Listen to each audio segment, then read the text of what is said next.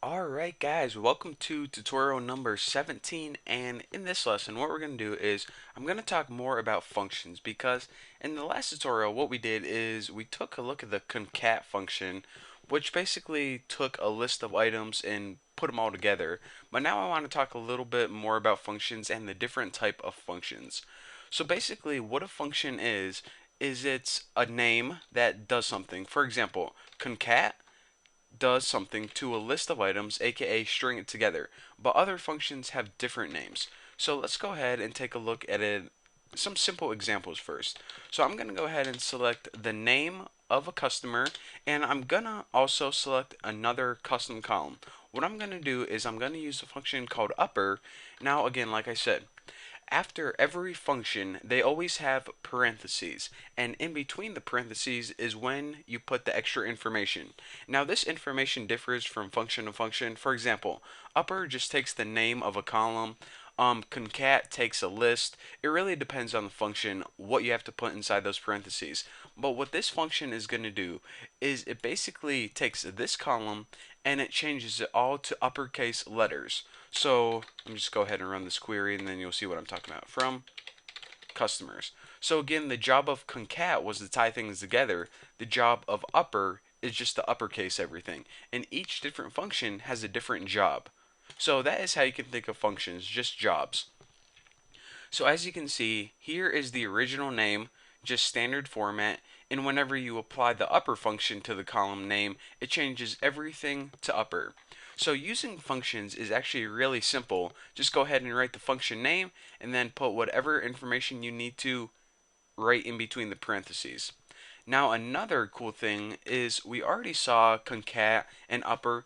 Those are called string functions. Basically, they're functions that you can apply to characters or text.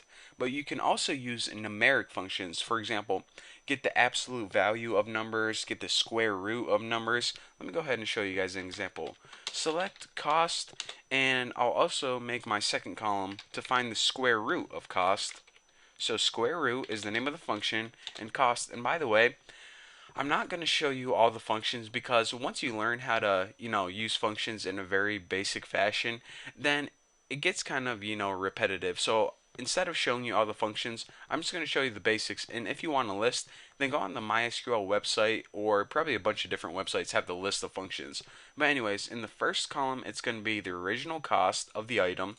And in the second column, I'm just going to get the square root of that cost from items. Now, to be honest, I would have no idea when you would ever want the square root of something, how much something costs, because you never go into a grocery store, see a box of cereal that's like $5, like, I need you to know the square root of this, but this is just an example. So basically, as you can see, the first column is the cost, 14 to, or excuse me, 150 to 15 bucks, and the second column is the square root of that number. So the square root of 149.99 is 1224, so on and so forth. So that is how you can use very simple basic functions, both character functions and numeric functions. However, since I have time, I might as well show you guys this. There is another type of function, and that's called an aggregate function. You see what these functions did is they basically changed the data in some way, so you ended up with an entire column of information. So the original column was this, and then your new column was the exact same length. In this example, each one was like 30 rows long.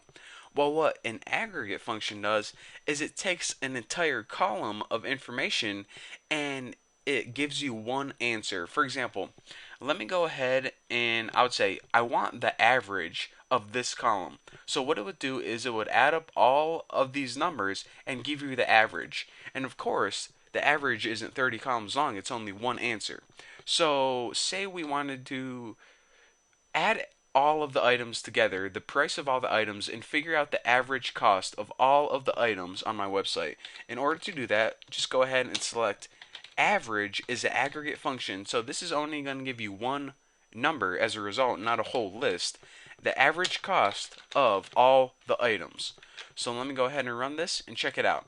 instead of giving you a huge list of numbers, it just adds up all of the prices of all the items on your website, and the average cost of all of them is $463. There you go.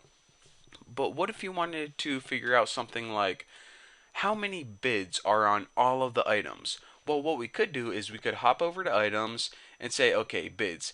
3 plus 32 is 35, plus 566 is, I gotta go ahead and get my graphing calculator. Or what we could do is we could just use an aggregate function. So in order to do this, the aggregate function for this is sum. What sum does is it takes a column of bids and it adds up, pretty much adds them all up, figures out the sum of all of the bids. So let me just finish this query from items and check it out. There were 10,939 bids made on all of the items on my website. Pretty sweet, huh? So in the next tutorial, what I'm going to do is I'm going to talk to you guys about the different aggregate functions and also show you guys some other cool examples and how to run several aggregate functions at once. So there's a lot more to cover with functions and aggregate functions. So sorry, but you aren't done yet. So thank you guys for watching. Don't forget to subscribe, and I'll see you guys in the next video.